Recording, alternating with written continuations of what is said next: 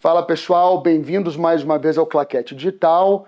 Esse é o nosso segundo encontro aqui, segundo módulo, segunda aula do que eu quero compartilhar com vocês. Então, no nosso primeiro encontro, eu fiz uma introdução, expliquei mais ou menos aonde eu queria chegar e que pontos eu queria abordar com você, né? Eu queria transcender a parte de acabamento técnico, porque eu acho que isso é resolvível, né? É tangível, é acessível, mas tem uma parte que não é resolvível através de um tutorial, e é isso que mais me preocupa quando eu estou dialogando com artistas ou fazendo arte. Tá? Quando eu estou criando, seja teatro, cinema, ou trabalhando com o próprio Rafa Dami nas campanhas publicitárias que a gente faz juntos. Tá? Para deixar bem claro essa dicotomia entre técnica e o tal do recheio, porque o que eu estou discutindo com vocês é o recheio. Se você assistiu a aula anterior, eu falei bastante sobre essa questão de que você não consegue colocar para fora algo que você não tem dentro de você. Por isso que eu chamo de recheio. Você pode chamar de referência, né? Pode chamar do que for, mas acho que você entendeu o conceito, né? É o que tem aqui dentro. Né? Eu só consigo pôr para fora o que eu tenho dentro de mim. Tá? Por exemplo, eu preciso falar bem, eu sou um orador, eu faço palestra. Bom, você vai ter que ser uma pessoa que consome muita comunicação, que lê muito, que assiste palestras, senão dificilmente você vai falar bem. Né? Você vai ter que consumir essa comunicação para que ela possa fluir a partir de você. Tá? E claro, tem a técnica e o que eu estou falando é esse recheio, essas referências. E isso, qual que é o complexo? É uma coisa que se você ama esse negócio aqui, vai te acompanhar a vida toda. Ah, eu estou falando de talento? Não, não estou falando de talento. Eu tenho uma visão muito específica sobre talento que eu vou discutir com vocês um pouquinho mais pra frente, tá? Mas eu realmente não acredito que você vai nascer com uma estrela abençoada que de alguma maneira vai fazer com que a realização artística seja mais fácil para você do que para outra pessoa. Que geralmente é o que o povo quer dar como a definição de talento, né? Algo que vem um pouquinho mais natural e mais fácil para mim. Eu sou multiartista e eu não lido muito bem com essa ideia, mas isso é assunto para os próximos capítulos. Eu estou falando do recheio, e esse recheio é uma fome que vai ter que te acompanhar a sua vida toda. Tá? Se você não tiver fome desse recheio, desse alimento, você nunca vai colocar ele para fora. Tem um artista que eu admiro demais, e eu acho que toda arte dialoga. Por quê? Porque toda arte parte do princípio de que há uma história sendo contada e tem algo sendo comunicado. Então, se eu falar, por exemplo, de pintura ou de escultura, você está vendo esse curso, se você ainda está com a cabeça muito fechada, você fala assim, nossa, o que tem a ver escultura e pintura com publicidade? Meu amigo, tudo. Tem tudo a ver. Quando você olha para um bom quadro, para uma escultura bela, interessante ou bem feita, aquela escultura, aquele quadro, eles estão te contando uma história. Estão te comunicando algo, provocando sensações em você. E é isso que você faz na publicidade. Você está contando uma história, provocando algo no público, provocando sensações, desejos, dores, insatisfações, seja lá o que for. Então todas as artes, todas, para mim inclusive é até difícil fragmentar a arte. Para mim é um grande desafio, é uma limitação minha, é um defeito que eu tenho. Para mim não é fácil pensar em música separado de história, separado de pintura, separado de dança. Para mim é um grande desafio. Né? Porque quando eu estou tocando uma música, eu já estou vendo e ouvindo uma história na minha cabeça. Se eu estou pensando numa história, eu já estou ouvindo a música ao mesmo tempo. Se eu estou pensando na história, na música, eu já estou vendo o enquadramento. Eu tenho essa limitação, não consigo separar. Para mim é muito difícil separar. Para mim é tudo uma coisa só. Tá? Mas tem um artista que eu aprecio demais e que você talvez pense, tem nada a ver com publicidade. Tem tudo a ver com publicidade, calma. Um cara chamado Michelangelo, você já ouviu falar? Eu espero que sim. Tá? Quando eu falo espero que sim, eu não estou sendo irônico, não. Tá? Que dependendo da tua bagagem, você vai dizer, porra, é óbvio, todo mundo ouviu falar do Michelangelo. Não. Eu não sei qual é a tua bagagem, a tua história, o teu background. De repente você nunca ouviu falar de Michelangelo na sua vida. Vá ouvir falar dele aqui depois que você ouviu aqui nessa aula. Tá? Michelangelo foi um dos maiores escultores de todos os tempos, um grande pintor também, um artista bastante completo. As esculturas do Michelangelo são assustadoramente perfeitas, são maravilhosas. Tem um causo muito lindo do Michelangelo, ele fez uma escultura, uma estátua de Davi. E O Michelangelo sabia que ele era bom, né? Eu acho que ele não tinha muitos problemas com a autoestima, por todas as biografias que a gente lê e tudo mais. Mas tudo bem, o cara era tão bom mesmo que não tem problema ele saber que é bom para se valorizar. E reza a lenda que assim que ele terminou de esculpir Davi, ele olhou para aquela estátua, se ajoelhou chorando no chão e falou parla, que em italiano quer dizer fala. Então, estava tão vivo, estava tão real, que o próprio pai daquela escultura se comoveu e queria que ela falasse. Que diabos isso tem a ver com o assunto que a gente está discutindo hoje? Tudo, não vou te explicar. Michelangelo também é o responsável, é o autor de uma das esculturas mais canônicas de todos os tempos, que é a Pietà. Eu não sei se você já ouviu falar de Pietà, eu já tive a chance de ver essa escultura da distância que eu tô, assim, até esse sofá, um negócio surreal. Você também já viu, né? É porque a pessoa que está aqui atrás da câmera já morou na Itália, ela é finérrima.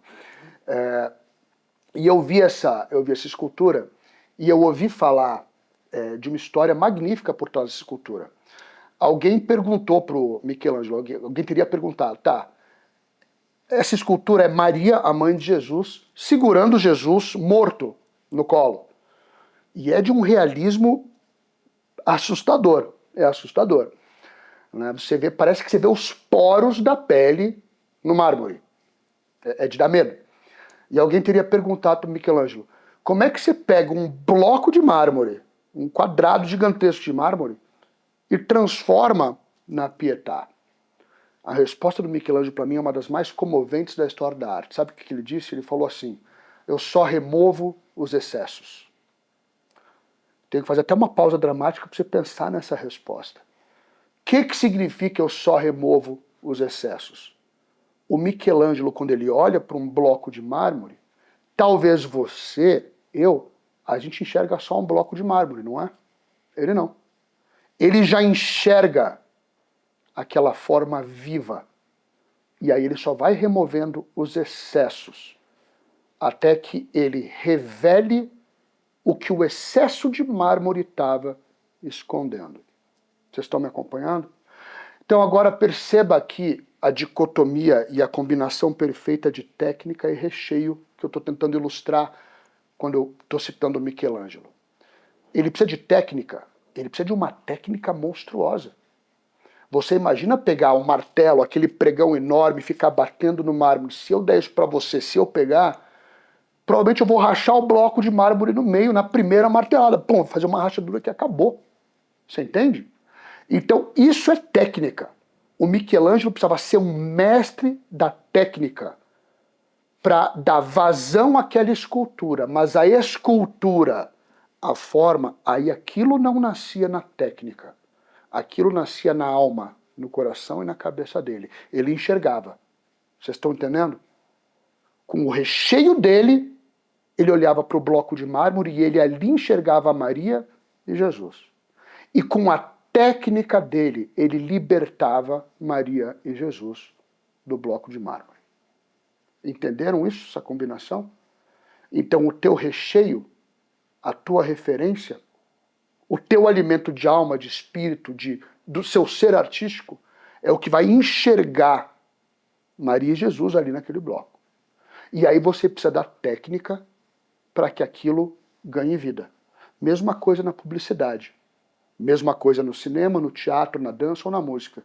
O teu recheio, a tua sensibilidade artística, a tua sensibilidade humana vão fazer com que você conceba, canalize, idealize aquilo tudo. Agora, se você não tiver a técnica, você não consegue dar vida. Pensa num bailarino. Se o bailarino for desprovido de técnica, tiver um recheio magnífico, maravilhoso, né? Então é um cara que consome dança, arte, desde a mais tenra idade. Ele pode aqui dentro, até enxergar no universo platônico das ideias uma coreografia sublime. Se ele não tiver a técnica, ele não consegue daí executar. Entende? Se for o contrário, se ele tiver muita técnica, mas não tiver nada aqui, ele vai virar um técnico da dança. Ele nunca vai ser uma Pavlova, um Nureyev, um Baryshnikov, que não é só a técnica. Tanto que quando você assiste esses grandes bailarinos, se é que você já assistiu alguns, se não assistiu, corre, vai assistir, pausa esse vídeo aqui, depois você volta para a aula. Coloca lá no YouTube, Nureyev, Baryshnikov, Vai ver, eu não vou entrar nesse assunto agora, mas vai se rechear desse tipo de coisa. Tá? Ou seja, o que eu quero dizer para vocês é que a técnica e o recheio eles caminham juntos. Um é necessário para que a gênese dessas coisas todas, a conceitualização aconteça, para que você possa canalizar. O outro é necessário para que você tenha a ferramenta para dar vida. Entende? Eu tinha um colega meu que trabalhava com audiovisual, que era cineasta, era um excelente técnico. Ele sabia mais de câmeras e de equipamentos do que qualquer pessoa que eu já conheci na minha vida. Eu não estou brincando. Mas a ponto de saber até o manual da câmera de cor. E eu gosto de câmera, eu adoro câmera. Né? Então, quando eu cheguei aqui, eu estava vendo qual que é a lente, sei o que, adoro. Né? Agora, eu não sou tão noinha de saber até o cara sabia a amplitude dinâmica, a latitude da câmera, tudo que você pode imaginar de cor e salteado. Sabia tudo sobre a diferença entre os Fresnéis, os HMIs, todas as luzes e tudo mais. Nunca conseguiu fazer um filme na vida. Por quê? Porque ele consumia essa informação técnica o tempo todo, mas ele não consumia o recheio. Ele não tinha referência, não tinha bagagem. Então o que adianta eu pegar para você agora? Vamos supor que você fale para mim, o problema de publicidade é que é muito caro, tem que ter a câmera Alexa tal, outra Alexa não sei o quê, ou a Red Komodo, blá blá blá, não tenho nem dinheiro para fazer isso. Meu amigo, não é a câmera. É o que está por trás da câmera que faz a diferença. É o recheio, é o olho. Se eu pegar para um cara com um recheio estupidamente gigante e der uma câmera simples, um equipamento simples, te garanto que ele vai fazer uma coisa maravilhosa. Porque ele vai saber tirar o suco daquela ferramenta para dar vida ao recheio. Eu sei que às vezes eu me empolgo. Como diria Camilo Castelo Branco, eu não consigo me conter do vício das divagações. Mas eu vou falar isso daqui porque eu acho que para você que é publicitário tem que gostar de história. Então eu vou contar uma história muito rápida. Tem uma banda que eu adoro, uma banda chamada Pink Floyd. Se você nunca ouviu falar dessa banda, pausa esse vídeo de novo agora e vai ouvir toda a discografia do Pink Floyd. Depois você volta aqui, não tem problema nenhum. Eu espero, tá? Eu vou ficar no pause eternamente. Essa banda fez um vídeo, se eu não me engano, no início dos anos 70, chamado Ao Vivo na Pompeia. Já viu esse vídeo? Não? Tem que ver. Tá, então pausa tudo aqui, vamos cortar, você vai assistir depois de volta. Ao Vivo na Pompeia. O Pink Floyd levou uns 3 ou 4 caminhões de equipamento para as ruínas de Pompeia e gravou um DVD, desculpa, né? Gravou na época um VHS, um álbum, gravou tudo nas ruínas de Pompeia e uns vídeos assim, um som que, cara, você não precisa nem usar droga. Você decola, você delira sem usar nada, vendo aqueles vídeos e ouvindo aquele som. Ainda mais se você é músico como eu, aí é uma viagem infinita aquilo ali. Né? Você entende que você não precisa nem de ácido para viajar mais do que o Timothy Leary. É surreal. Aí tem uma revista muito icônica para quem gosta de rock and roll, mais chamada Guitar Player. Aí os caras fizeram uma crítica a esse projeto do Pink Floyd. E falaram o seguinte, bom, os caras do Pink Floyd chegou lá com 3 caminhões de equipamento, né? Com um monte de equipamento, qualquer um faz esse som. E aí na época o David Gilmour, que era e ainda é o líder, né, do Pink Floyd, era entre ele e o Roger Waters, ele respondeu publicamente para a Guitar Player, falou assim, vocês acham que o que faz o nosso som é o nosso equipamento?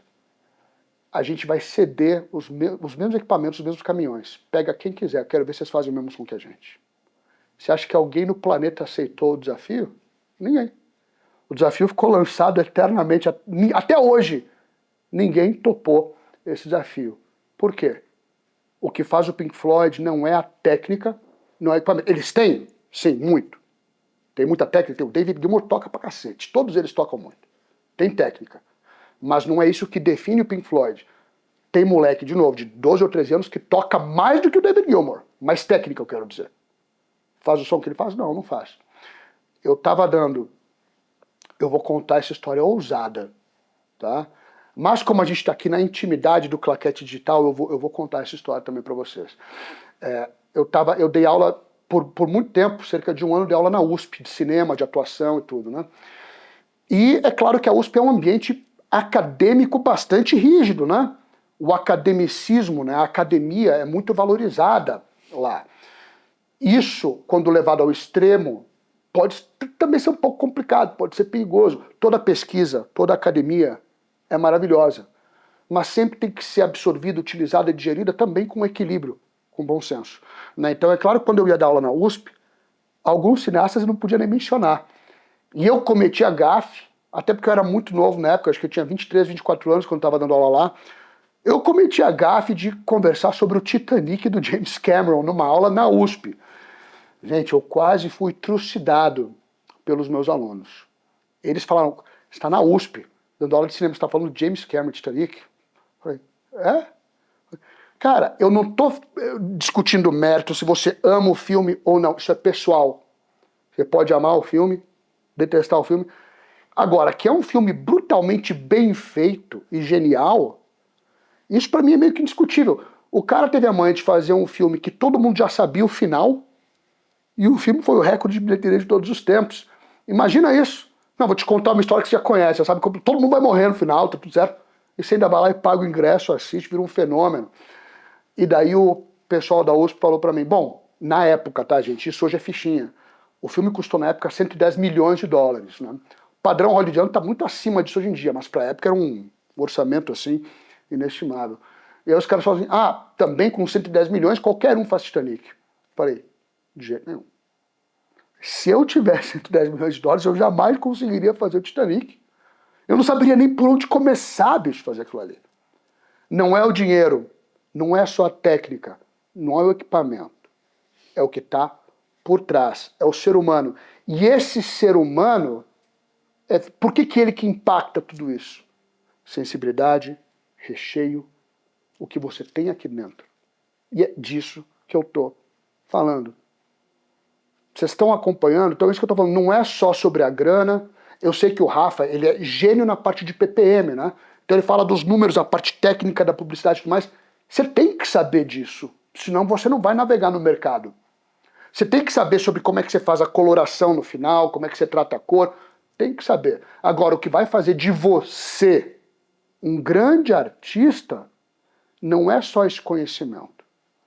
Tem uma coisa muito interessante que chama muito a minha atenção, já que o Rafa é um parceirão meu que está idealizando aqui o Claquete Digital. Eu, por muitos anos da minha vida, eu dei aula, né, aula em cursos livres, técnicos, universitários, até na pós-graduação. Eu passei anos e anos da minha vida no ambiente acadêmico, né, eu fiz 2 faculdades, fiz pós-graduação, fiz mestrado também.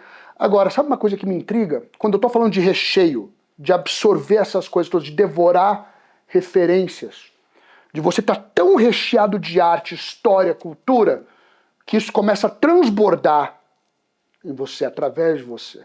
Né? Uma coisa que me chama muita atenção é que, assim, como professor, que deu aula por muitos anos, eu nunca escutei, até hoje, olha que tristeza, até hoje eu nunca escutei um artista falando, não, eu quero fazer faculdade porque eu quero crescer, aprender, absorver demais e transcender. Nunca. Jamais. Tudo que eu escuto é, não, eu quero fazer faculdade ou porque minha família quer que eu faça, ou porque eu preciso de um diploma, ou porque vai me ajudar na carreira. Jura? Essas são as motivações que vão fazer você parar 4, 5 ou mais anos da sua vida para ajudar na carreira, ganhar grana ou porque a família quer. Nunca a razão é, vou fazer porque essa faculdade é incrível, eu sei que eu vou crescer, eu vou me rechear. E agora, por que eu falei do Dami, do Rafa, né, o Rafa Dami? Eu não sei se vocês sabem disso, mas vou falar aqui uma coisa íntima da vida do Rafa. E eu vou depois conversar com os editores, não pode editar essa parte, tem que ficar no vídeo. O Rafa não fez faculdade, mas é um dos caras que eu conheço que mais estuda. O cara fica fazendo curso o tempo todo, fica lendo que nem um maluco, faz curso de filosofia na Nova Acrópole, faz não sei o quê. Por quê? E ele precisa, ele não precisa, ele já é um diretor premiado, tem tudo que é prêmio de publicidade, tem a carreira feita, tem a estabilidade financeira. Oxe, então por que ele faz isso? Por que ele continua estudando? Recheio. É por isso que ele faz os filmes que ele faz. Porque ele não é um cara que vai para a salinha de aula por obrigação, como a maioria de nós, ou porque a família pediu, ou obrigou, como a outra maioria de nós temos 2 maiorias. Não, ele estuda porque ele quer e porque ele sabe que ele precisa. Agora vai ver as campanhas. Vai ver a Let Her Run, vai ver o Cura, vai ver o meu primeiro sutiã que ele refez. E aquilo ali ele não aprendeu numa sala de aula de faculdade, obrigado porque a família mandava, não. Aquilo é o Rafa colocando para fora tudo que ele tem dentro dele. E que não foi aprendido numa salinha de aula por obrigação ou compromisso. Vocês estão me acompanhando? Então, o cara, você que está assistindo esse curso aqui, talvez você já tenha até faculdade. Responde para mim agora, e talvez não seja uma resposta fácil. Você fez faculdade de quê e por quê? Às vezes você vai me dar uma daquelas respostas que eu já falei, né? E não tem problema. Tudo bem. A gente entra num processo de lavagem cerebral, uma mentalidade de gado, a gente vai fazendo aquilo, um macaquinho de imitação, né? Todo mundo faz, você vai fazer também. Né? E por conta disso vira um processo que se retroalimenta o tempo todo. O que significa isso? Lei de oferta e demanda do mercado. O aluno já vai para a faculdade por conta dessas razões, a faculdade, consequentemente, não se importa tanto com o recheio, com a sensibilidade. Ela fica focada mais nesses aspectos também. Então vira um ciclo vicioso. Nem a faculdade te alimenta, te dá sensibilidade, o recheio, a luz que você precisa, e nem você está lá buscando isso. E aí, de repente, você sai da sua faculdade, 4 anos depois, você fala, bom, legal, e agora? Cadê a sua grande arte?